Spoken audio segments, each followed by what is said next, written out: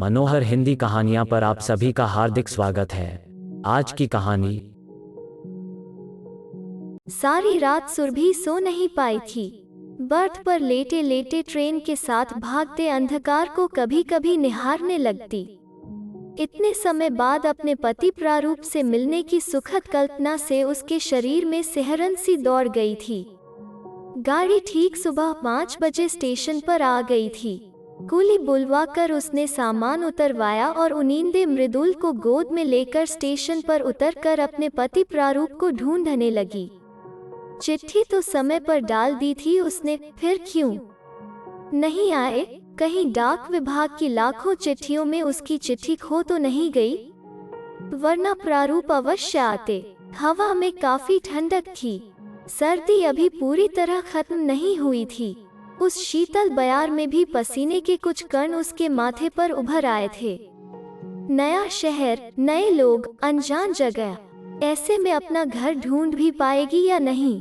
उसने पस खोलकर पते की डायरी निकाली और पास खड़े रिक्शे वाले को कस्तूरबा गांधी मार्ग चलने का निर्देश देकर पहले रिक्शे में सामान रखवाया और फिर गोद में मृदुल को लेकर खुद भी बैठ गई। कैसी अजीब सवारी है यह रिक्शा भी, उसने सोचा। हर समय गिरने और फिसलने का डर बना रहता है। दो लोग भी कितनी मुश्किल से बैठ पाते हैं। दिल्ली में होती तो अपनी गाड़ी को दौड़ाती हुई अब तक कई किलोमीटर की दूरी तय कर चुकी होती। शहर की सुनसान सड़कें लांघता हुआ रिक्शा एक बंगले के पास आकर रुक गया था। बाहर नेम प्लेट पर अधिशासी अभियंता प्रारूप कुमार का नाम पढ़कर उसे अपने गंतव्य तक पहुंचने की सूचना मिल गई थी। चारों ओर से भांति भांति के पेड़ों से घिरे छोटे से बंगले तक पहुंचने के लिए उसने रिक्शे वाले को बाहर गेट पर ही पैसे देकर विदा किया और हाथ में बैग पकड़कर बंगले के बाहर आकर खड़ी हो गई थी।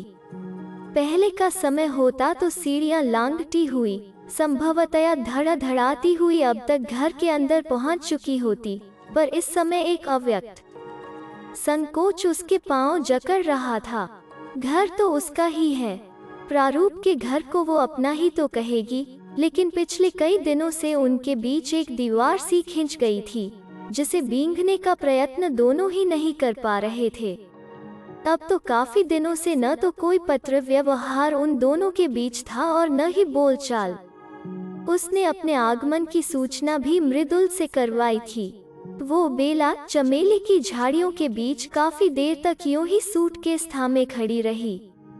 सुरभि, चिरपरिचित आवाज पर वो पीछे मुड़ गई थी, जैसे मुग्धावस्था से चौंकी हो। इतने समय बाद प्रारूप को देखकर वो किसी अमूल्य निधि को पा लेने की सुखद अनुभूति से अभिपूरित हो उठी थी। उन्हें एकटक निहारती रह गई थी। रंग पहले से अधिक खिल उठा था, शरीर छरहरा पर चुस्त दुरुस्त। हाँ, कनपटियों पर चांदी के तार खिलाए थे। सुबह की सैर से लौटे थे शायद। चलो अंदर चलो, यहाँ क्यों खड़ी हो? अपने कंधे पर कोमल स्पर्श पाकर वो चौंकी।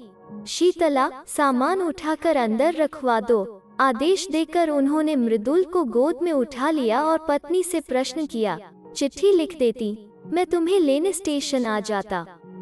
लिखी तो थी, फोन भी करवाया था, पता चला दौरे पर गए हुए थे तुम, उसने रुक रुक कर कहा। अच्छा, शायद शीतला डाक देना भूल गई है। पिछले दिनों काफी व्यस्त रहा। वे अपने विभाग के कई किस्से सुनाते रहे थे, पर उसे लगा प्रारूप जानबूझकर टाल गए हैं। तभी शीतला ट्रे में प्रारूप के लिए नींबू पानी, उसके लिए चाय और मृदुल के लिए गिलास में दूध व कुछ बिस्किट रख गई थी। पिता पुत्र बातों में ऐसे व्यस्त हो गए जैसे सब कुछ एक ही दिन में जान समझ लेंगे। चाय की चुस्कियां लेते वो झाड़ू लगाती हुई शीतला को देखने लगी। सांवला चेहरा, कुमकुम की बिंदी, लाल बॉर्डर की तांत की साड़ी और कोलापुरी चप्पल, छरहरा शरीर जैसे उसकी अपनी थुलथुल काया का परिहास कर रहा था। गजब का आकर्षण है इस तरुणी में। चेहरे पर कुटिल मुस्कान घेर आई थी। माँ को काफी जतन करना पड़ा होगा इसे ढूंढने में, सुरभि ने मन ही मन सोचा था। चाय की चुस्कियां लेते हुए उसने चोर दृष्टि से घर के हर कोने की टोह ले ली। घर का हर हिस्सा साफ सुथरा और सुव्यवस्थित था। कमरे में नीले रंग के पर्दे और बरामदे में रखे सुंदर क्रोटोन विगत के कई दृश्यों को सजीव कर गए थे। लाल रंग सुरभि को पसंद था, जबकि प्रारूप को हल्का नीला आसमानी रंग भाता था। वे कहते, खुले उन्मुक्त आकाश का परिचय देता है यह रंग, पर उनकी कहाँ चली थी। सुरभि ने ज्यों ही लाल रंग के पर्दों से अपनी बैठक को सजाया, प्रारूप ने वहां बैठना बंद कर दिया था। उन्होंने खुद को अपने कमरे में कैद कर लिया था। एक बार यूं ही रंग बिरंगे क्रोटोन के कुछ गमले लाकर प्रारूप ने बरामदे में सजाए, तो भी सुरभि का पारा 7वें आसमान पर पहुंच गया था। छोटी सी बालकनी है, 2 आदमी तो ढंग से खड़े नहीं हो सकते, गमले कहाँ रखोगे? उसने घड़ी की ओर दृष्टि घुमाई। 9 बजने को आए थे। प्रारूप के दफ्तर जाने का समय हो गया था। यह सोच वो नाश्ता बनाने के लिए उठने लगी तो उन्होंने सबल रोक दिया। जब से बीमार हुआ हूँ, गरिष्ठ भोजन सुबह सुबह पचता नहीं है। शीतला को माँ सब समझा गई हैं, वही बना कर ले आएगी, तुम आराम से बैठो। मेज पर रखे बर्तनों की खनखनाहट सुनकर उसकी नजर उस ओर चली गई थी। इलायची का छौंक लगाकर बनी खिचड़ी की सोंधी महक कमरे में फैल गई थी। नाश्ता करके दफ्तर जाते समय प्रारूप उससे कहते गए, जो भी काम हो शीतला से कह देना, यह सब काम बड़े सलीके से करती है। अनायास कहे पति के वाक्य उसे अंदर तक बींध गए। वो खुद पर तरस खाकर रह गई थी। ब्याह के बाद कुछ ही दिनों में पति पत्नी के बीच संबंधों की खाई इसी बात पर ही तो गहराती गई थी। प्रारूप ऐसी सहभागिता सहधर्मिणी चाहते थे जो ढंग से उनकी गृहस्थी की सार संभाल करती, उनकी बूढ़ी माँ की सेवा करती और जब वे थके हारे दफ्तर से लौटे तो मृदु मुस्कान चेहरे पर फैलाकर उनका स्वागत करती। लेकिन सपनों की दुनिया में विचरण करने वाली स्वप्नजीवी सुरभि के लिए ये सब बातें दकियानुसी थीं। वो तो पति और सास को यही समझाने का प्रयत्न करती रही कि औरत की सीमाएं घर गृहस्थी की सार संभाल और पति व सास की सेवा तक ही सीमित नहीं है। नौकरी करके 4 पैसे कमाकर जब वो घर लाती है, तभी उसे पूर्णता का एहसास होता है। प्रारूप समझाते रह गए थे कि उनकी खासी कमाई है, सिर पर छत है, जिम्मेदारी कोई खास नहीं, और जो है भी उसका निर्वहन करने में वे पूर्ण रूप से सक्षम हैं। पर महत्वाकांक्षी सुरभि के ऊपर से सब कुछ जैसे चिकने घड़े पर पड़े पानी सा उतर गया। अम्मा सोचती कि एक बार मातृत्व बोध होने पर खुद ही घर गृहस्थी में रम जाएगी, पर वहाँ भी निराशा ही हाथ लगी। मृदुल की किलकारियां दादी और पिता ने ही सुनी थी। उन्हीं दोनों की छत्रछाया में वो पला बढ़ा था। कुछ समय बाद प्रारूप को पदोन्नति मिली, जिससे तनख्वाह भी बढ़ी और रहन सहन का स्तर भी। उन्होंने मृदुल का दाखिला एक अच्छे पब्लिक स्कूल में करवा दिया था। कभी किसी चीज की कमी नहीं थी।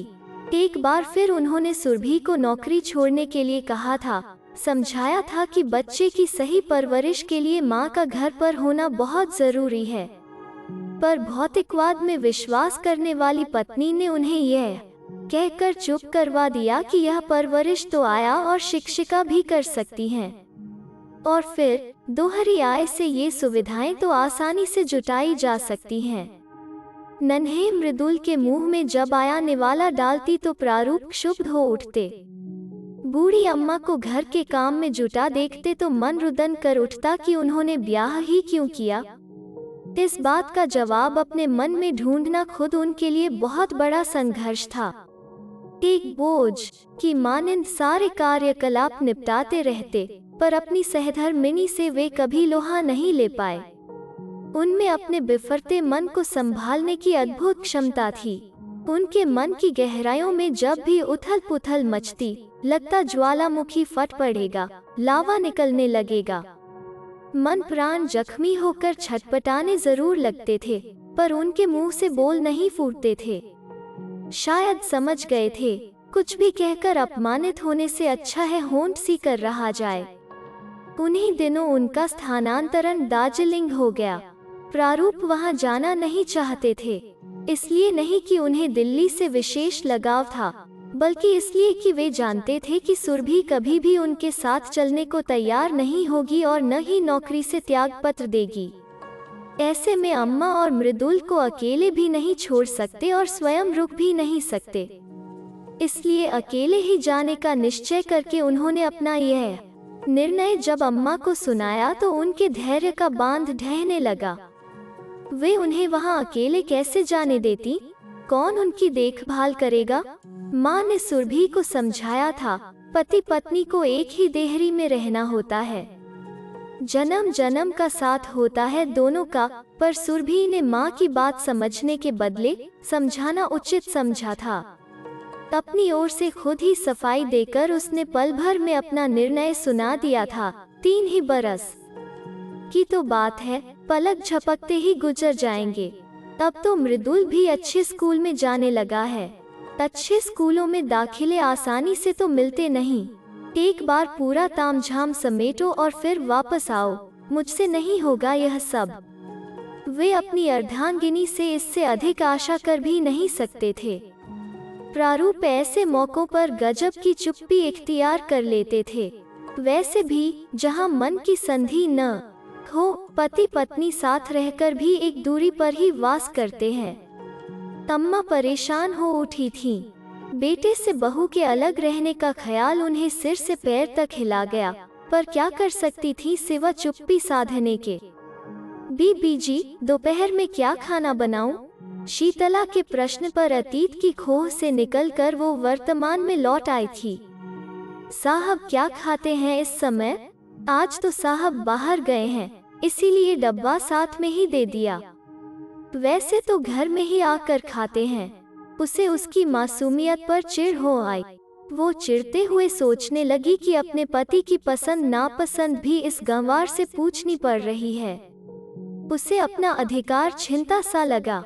फिर भी शीतला को आलू मटर की सब्जी बनाने का आदेश देकर वो अपने शयन कक्ष में आकर लेट गई। थकान से पलकें बोझिल थीं, पर नींद कोसों दूर थी। शीतला मटर छील रही थी। मृदुल उसकी पीठ पर झूला झूल रहा था। वो ज्यों ही झुकती, गहरे गले की चोली में से उसका गदराया शरीर दिखाई देता, जिसे लाख प्रयत्न करने के बावजूद उसकी साड़ी का झीना आवरण छिपाने में असमर्थ था। सुरभि के मन में कई प्रश्न कुलबुलाने लगे कि कहीं शीतला के मदमाते यौवन और गदराए शरीर ने प्रारूप की संयमित चेतना को छितरा तो नहीं दिया। जब विश्वामित्र जैसे तपस्वी की चेतना को मेनका ने भंग कर दिया था तो प्रारूप तो साधारण पुरुष है। अम्मा ने बताया था, शीतला का पति अपाहिज है। उधर प्रारूप भी तो इतने बड़े बंगले में एकाकी जीवन बिता रहे हैं। 2 युवा प्राणी क्या स्वयं को संयमित कर पाए होंगे? जब से अम्मा ने उसे प्रारूप के यहाँ शीतला की नियुक्ति की बात बताई थी, वो परेशान हो उठी थी। उसके मन में शंकाओं के जाल फैलने लगे थे। अपनी कल्पना में कभी वो शीतला और प्रारूप को आलिंगनबद्ध देखती तो कभी उसे मृदुल और प्रारूप के बीच बैठे देखती। कई दिनों से कोरे पड़े दिमाग पर जैसे भावों और विचारों का रेला आ गया हो। यह क्या कर गई अम्मा? उसने मन ही मन सोचा था। किसी पुरुष को नियुक्त करती। आदमी आखिर आदमी होता है और औरत औरत। इनके आदिम और मूल रिश्तों पर किसी किसी का ही बस चलता है। उसके पिता ने भी तो यही किया था। मृत्युशैया पर पड़ी हुई उसकी माँ की सेवा के लिए नियुक्त नर्स को अपनी अर्धांगिनी बनाकर अपनी वफादारी का सबूत दिया था। अम्मा बाबूजी का कितना ध्यान रखती थी। उन्हें खिलाए बगैर नहीं खाती थी। जब तक वे सोते नहीं थे तब तक खुद भी नहीं सोती थी, और अगर वो देर से उठते तो क्या मजाल घर में जरा सा भी शोर कर दे कोई। कहती, बाबूजी की नींद में खलल पड़ेगा। उनकी कितनी सेवा करती थी, पर एक बार बिस्तर पर पड़ी तो बाबूजी की सारी ईमानदारी आंधी में उड़ने वाले तिनके समान उड़ गई थी। माँ लाख सिर पटकती रही थी, पर मुट्ठी में बंद रेत की तरह सब कुछ फिसल कर रह गया था। अम्मा तो दोषी नहीं थी। थारी बीमारी पर किसी का जोर नहीं चलता है, पर सुरभि ने तो खुद मुसीबत को न्योता दिया था। ब्याह के बाद से आज तक उसने पति की सेवा करना तो दूर, कभी उसके दिल में झांकने की भी चेष्टा नहीं की थी। यहाँ आने के लिए अम्मा ने उस पर कितना जोर डाला था, पर वही नहीं मानी थी। प्रारूप जब भी अपनी परेशानियों की चर्चा उससे करते, वो सुनी अनसुनी कर देती। अम्मा के कानों तक ये बातें न पहुँचे, यही प्रयत्न रहता था उसका। डरती थी कि अम्मा उसे जबरन प्रारूप के पास भेज देंगी, फिर उसकी नौकरी का क्या होगा, उज्जवल भविष्य का क्या होगा। धीरे धीरे प्रारूप दिल्ली कम आने लगे थे। एक तो लंबा सफर उनके तन मन को शिथिल करता, ऊपर से पत्नी की तत्स्थता और अवहेलना आहत कर जाती थी। बस माँ का प्यार और मृदुल का दुलार ही उन्हें शांति प्रदान करता था। फोन पर अक्सर बात कर लेते थे, वो भी ज्यों ही सुरभि फोन उठाती, उन्हें कई काम याद आ जाते थे। कहने सुनने को रहा भी क्या था, उनका भावुक मन कहाँ आहत हुआ था, इसकी तो महत्वाकांक्षी सुरभि कल्पना भी नहीं कर पाई होगी। पिछली बार उन्होंने अम्मा को फोन पर बताया था कि वे काफी दिनों से बीमार थे, उन्हें अतिसार हो गया था, अन्न का एक दाना भी नहीं पचता था। बेटे की बीमारी की खबर सुनकर माँ सुलग उठी थी।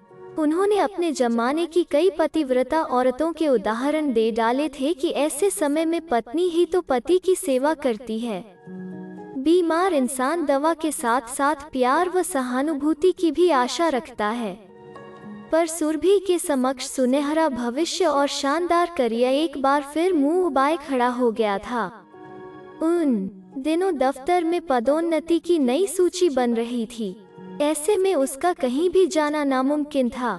यूं उसने फोन पर पानी उबालकर पीने और समय पर दवा लेने की हिदायतें देकर अपने कर्तव्य की इतिश्री कर दी थी। बेटे के पास अम्मा ही पहुंची थी। अम्मा ने ही पूरी तरह से उनकी देखभाल की थी। जब लौटने लगी तो शीतला को प्रारूप की देखभाल के लिए नियुक्त कराई थी। घर लौटकर उन्होंने शीतला की प्रशंसा में जमीन आसमान एक कर दिया था। तब यह प्रशंसा बहू को कुड़ाने के लिए करती थी या उसके मन में पति के प्रति प्रेम का बीज अंकुरित करने के लिए, यह तो वही जाने, पर सुरभि इस अनदेखी महिला के प्रति ईर्ष्यालु हो उठी थी। शीतला के रूप में उसके समक्ष मानो एक पत्थर की दीवार खड़ी हो गई थी। ठोस, ठंडी और पथरीली दीवार जिस पर वो मुठियां पटकती रहती, पर कोई उत्तर नहीं मिलता था। पति पत्नी के अंतरंग संसार को नष्ट भ्रष्ट करता कोई तीसरा वहां पसर जाए, इससे पहले ही वो यहाँ आ पहुंची थी। उसे यहाँ आए हुए 8 दिन हो गए थे, पर वो पूरी तरह से अपनी गृहस्थी संभाल नहीं पा रही थी। दैनिक दिनचर्या की छोटी छोटी परेशानियों में उसने कभी दिलचस्पी नहीं ली थी। सभी शीतला कर रही थी। उस दिन रविवार था।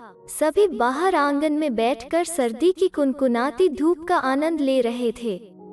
शीतला कपड़े धो रही थी। मृदुल बाल्टी में से पानी निकालकर शीतला पर उलीचता जा रहा था और खिलखिलाता भी जा रहा था। प्रारूप मंत्रमुग्ध से पूरे दृश्य का आनंद ले रहे थे। बोले, कुछ ही दिनों में शीतला ने मृदुल को अपने वश में कर लिया है। हाँ, बच्चों के साथ बड़ों को भी अपने वश में करने की अद्भुत क्षमता है इसमें। प्रारूप तलखी भरे स्वर में छिपे पत्नी के व्यंग्य को भली प्रकार समझ गए थे। जब पति की ओर से कोई उत्तर नहीं मिला तो क्रोधवेश में उसने रस्सी पर प्रारूप की कमीज फैलाते हुए शीतला के हाथों से कपड़े छीन लिए और उसे अंदर जाकर रसोई का काम संभालने का आदेश दिया था। इस अप्रत्याशित व्यवहार से शीतला काम कर रह गई थी। वो सोचने लगी थी कि न जाने क्या अपराध हो गया उससे। मालकिन के मन में उठ रहे अंतर्द्वंद्व से पूर्णतया अनभिज्ञ शीतला अंदर जाकर हैंग उठा लाई और सुरभि से बोली, बीबी जी, यह साहब की कमीज हैंग पर फैला दीजिए। ईर्ष्या का नाग जैसे फन फैला कर खड़ा हो गया। न जाने कितनी देर तक उसकी गिद्ध दृष्टि शीतला के शरीर पर रेंगती रही। फिर उसके हाथ से हैंग लेकर सुरभि ने जमीन पर पटक दिया। प्रारूप कुछ परेशान हो उठे थे। बोले, क्या बिगाड़ा है इस गरीब अबला ने तुम्हारा, जो उसे यूं अपमानित करने पर तुली हो? तुम्हारी देखभाल किस तरह करनी है, यह क्या मुझे इससे सीखना पड़ेगा? वो यूं अकस्मात उमड़ आए पत्नी प्रेम पर विस्मित रह गए थे। सुरभि का तीव्र स्वर दोबारा सुनाई पड़ा, अब मैं यहाँ आ गई हूँ। शीतला की क्या जरूरत है यहाँ? उसकी आवाज में दाम्पत्य के दर्प भरे अधिकार का बोध था। तुम चली जाओगी, फिर कौन संभालेगा यह घर? प्रारूप का स्वर कहीं दूर से आता लगा। मैं दीर्घावकाश लेकर आई हूँ। जब तक तुम्हारा तबादला वापस दिल्ली नहीं हो जाता, मैं और मृदुल यहीं रहेंगे, तुम्हारे पास। तुम्हारे करियर और मृदुल के स्कूल का क्या होगा? फिर अपनी तरफ से सही निर्णयात्मक ढंग से बात समाप्त करते हुए उन्होंने कहा, गरीब लाचार औरत है बेचारी, आदमी कमाता नहीं है, 3 बच्चों का भरण पोषण इसी के जिम्मे है। यही काम करने दो इसे, बेचारी तुम्हारी मदद भी करती रहेगी। दुनिया भर के गरीबों का जिम्मा हमने तो नहीं ले रखा। बड़बड़ाती हुई पैर पटकती वो घर के अंदर चली गई थी। प्रारूप शायद सुन नहीं पाए थे या सुनकर भी अनसुना कर गए थे। कितनी हमदर्दी है शीतला से, सुरभि बड़बड़ाती रही। उसके मन में शंका की लहरें फिर से हिलोरे लेने लगी कि कहीं उनके हृदय के साम्राज्य पर यह शीतला अपना आधिपत्य तो नहीं जमाती जा रही। संदेह के बीज ने उसे ऐसा कुंठित किया कि वो दिग्भ्रमित सी हो उठी। रसोई में आकर उसने ऊंचे स्वर में शीतला को पुकारा तो बेचारी काम कर रह गई। हाथ में पकड़ा विदेशी कांच का गिलास धम से जमीन पर गिरकर चटक गया। अब तो सुरभि की पराकाष्ठा देखने के काबिल थी, जैसे बेचारी से ड्राइंग रूम का कोई कीमती फानूस टूट गया हो। शीतला की दबी सहमी सिसकियां सुनकर प्रारूप को यह समझते देर नहीं लगी थी कि वो आक्रोश अप्रोक्ष रूप से उन पर ही बरसाया जा रहा है। शीतला की श्रद्धा और स्वामी भक्ति को उसने दैहिक संबंधों के पलड़े पर ला पटका था। आत्मिक अनुभूतियों का मोल सुरभि कभी नहीं समझ पाएगी, क्योंकि यह अनुभूति चेष्टा करके नहीं लाई जा सकती। इनका संबंध मन की गहराई से होता है, तभी तो कभी कभी अपने पराये बन जाते हैं और पराये अपनों से भी अधिक प्रिय लगने लगते हैं। प्रारूप यह सब जानते समझते थे। उसके बाद तो जैसे दोषारोपों का सिलसिला ही शुरू हो गया था। इस घटना को घटे हफ्ता भर भी नहीं बीता था कि एक दिन जब प्रारूप ऑफिस से शाम को कुछ जल्दी घर लौट आए तो देखा कि घर में कोहराम मचा हुआ था। सुरभि ने रो रो कर पूरा घर सिर पर उठा रखा था। मृदुल सहमा सा खड़ा था। पूछने पर पता चला कि सुरभि की सोने की चेन गुम हो गई थी। सुनकर वे हतप्रभ रह गए। सुरभि को शक निश्चित रूप से शीतला पर ही था, क्योंकि दूसरा कोई घर में आता ही नहीं था। उन्होंने लाख समझाना चाहा, उससे चेन ढूंढने के लिए कहा, पर वो नहीं मानी थी। शीतला हर प्रकार से अपनी सफाई दे रही थी, पर उन्हें इस बात की जरूरत ही नहीं थी। जिस औरत ने कभी 4 पैसे की हेराफेरी नहीं की, वो इतना बड़ा अपराध कैसे कर सकती है, यह तो वे जानते थे। अपराधी के कटघरे में भयातुर डरी सहमी सी शीतला के माथे पर उन्होंने ज्यों ही हाथ रखा था, वो बिलख बिलख कर रो पड़ी थी। साहब, आपके घर का नमक खाया है, आपके साथ इतना बड़ा विश्वासघात मैं कैसे करूंगी? पर सुरभि ने शीतला को जेल की 4 दीवारी में बंद करवा कर ही चैन की सांस ली। आंख की किरच आंख से निकली ही भली, पर वो शायद यह नहीं समझ पाई थी कि झूठे अहाँ और संदेह के पलीते से भरा यह ऐसा भयानक विस्फोट था जिसने पति पत्नी के भावनात्मक संबंधों को हिलाकर रख दिया। प्रारूप शीतला की जमानत करवा आए थे। अपने घर पर उन्होंने उसे फिर काम नहीं दिया था। उनके लिए उसकी आंखों में तिरते उन अनुत्तरित प्रश्नों की शलाकाएं झेलना सहज नहीं था। उसके बाद वे अक्सर दौरे पर रहते, घर पर रहते भी तो उदास से बहुत कम बोलते थे। अपनी किताबों की दुनिया में ही खोए रहते। मृदुल के साथ जरूर बोल बतिया लेते थे, उस विद्रोहिणी नारी ने उनका चैन लूट लिया था। उसका सान्निध्य उन्हें वितृष्णा से भर देता था। शीतला के भूख से तड़पते बच्चे और अपाहिज पति की जब कभी कल्पना करते, मन तिरोहित हो उठता। उसे निकालना ही था तो यूं ही निकाल देती सुरभि, यूं लांछन लगा कर तो उसने उस बेचारी को कहीं मुंह दिखाने लायक नहीं छोड़ा। अपमानित तो वो हुई ही, अब तो कोई काम पर भी नहीं रखेगा उसे। मन खिन्न हो उठा था। वे खुद भी तो छटपटाने के सिवा कुछ नहीं कर सके। उनका अब घर पर जी नहीं लगता था। पत्नी कई बार रोकने का प्रयत्न करती, पर उनका हर प्रयत्न अकारत सिद्ध होता। अब उनका मन बुरी तरह उचट गया था। एक रात प्रारूप दौरे पर गए थे। सुरभि और मृदुल बंगले में अकेले थे। अचानक बत्ती गुल हो गई। एक तो अकेली, ऊपर से अंधेरा। गर्मी और उमस से बचने के लिए उसने खिड़की खोली और स्टोव में जाकर लालटेन में मिट्टी का तेल भरा। उसे लाकर वो ज्यों ही तिपाई पर रखने लगी थी कि लालटेन औंधे मुंह जमीन पर गिर पड़ी और पूरा तेल मेजपोश पर छलक गया और पलक झपकते ही आग ने मेज, पर्दों और फर्नीचर को अपने चंगुल में ले लिया। फिर देखते ही देखते आग ने विकराल रूप धारण कर लिया। अंधेरे में जब वो पानी की बाल्टी लेने बाथरूम में पहुंची, तब तक आधा कमरा आग की लपटों में जल गया। कृत्य अकृत्य के चक्रवात में फंसी सुरभि को यह भी समझ नहीं आया कि बेटे को उठाकर किसी सुरक्षित स्थान पर पहुंचा दे। डर और दहशत से आवाज भी घुट कर रह गई थी। चीखती चिल्लाती भी तो उस नई अनजान जगह में उसकी चीखें दीवारों से ही टक्कर मारकर उसके कर्णपटल को भेद जाती। कौन आता उसकी सहायता करने? तभी उसने झोपड़ियों की ओर से कुछ लोगों को अपने बंगले की ओर आते देखा। उसने सोचा सभी शीतला के रिश्तेदार होंगे। प्रारूप की अनुपस्थिति में लूट खसोट करके घर का सामान ले जाएंगे और उसे और मृदुल को मार भी डालेंगे। कलुषित मन और सोच भी क्या कर सकता था। घबराहट के मारे सुरभि गश खाकर जमीन पर गिर पड़ी।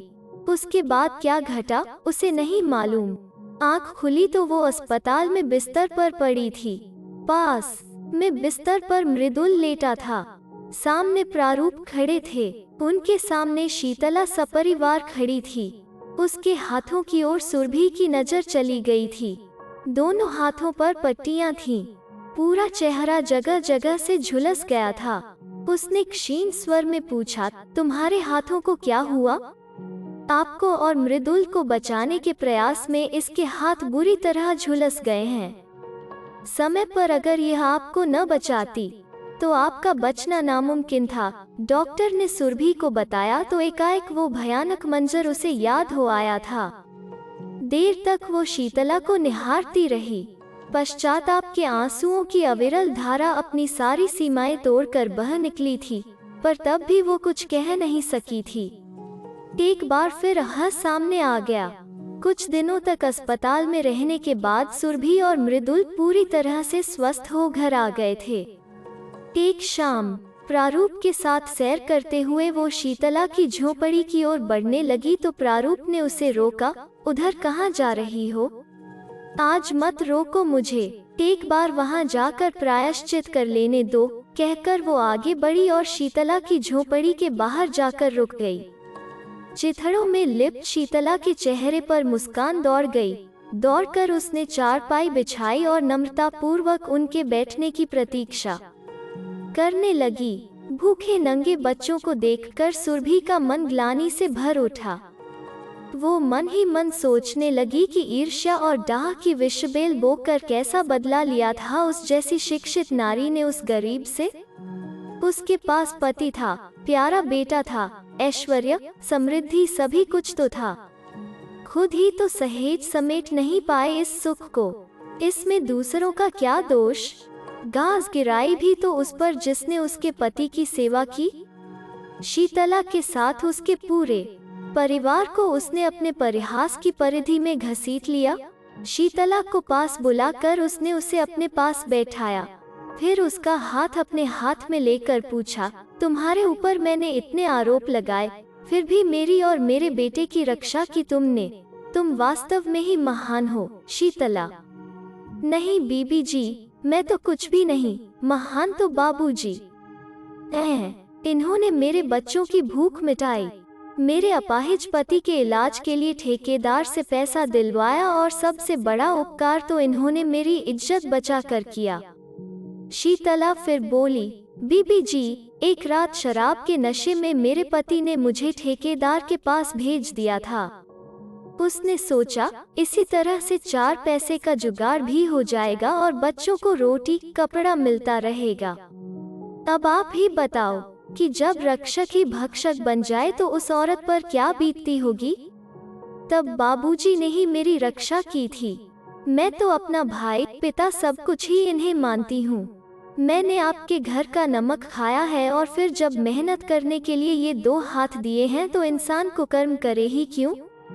सुरभि की नजरों में शीतला बहुत ऊपर उठ गई थी, आसमान से भी ऊपर। आज शीतला के कथन ने उसे इस अवधारणा से मुक्त कर दिया था कि औरत और मर्द के बीच हर रिश्ता शरीर तक ही सीमित नहीं, भावनाओं व संवेदनाओं का भी अपना स्थान है।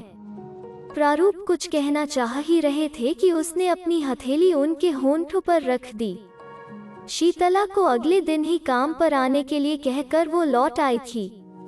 अब नई सुबह वो उसकी प्रतीक्षा में खड़ी थी, जिसमें संदेह और शंका के लिए कोई स्थान नहीं था। अगर आपको यह वीडियो पसंद आया तो इसे लाइक कीजिए, शेयर कीजिए और इस चैनल को सब्सक्राइब कीजिए। धन्यवाद।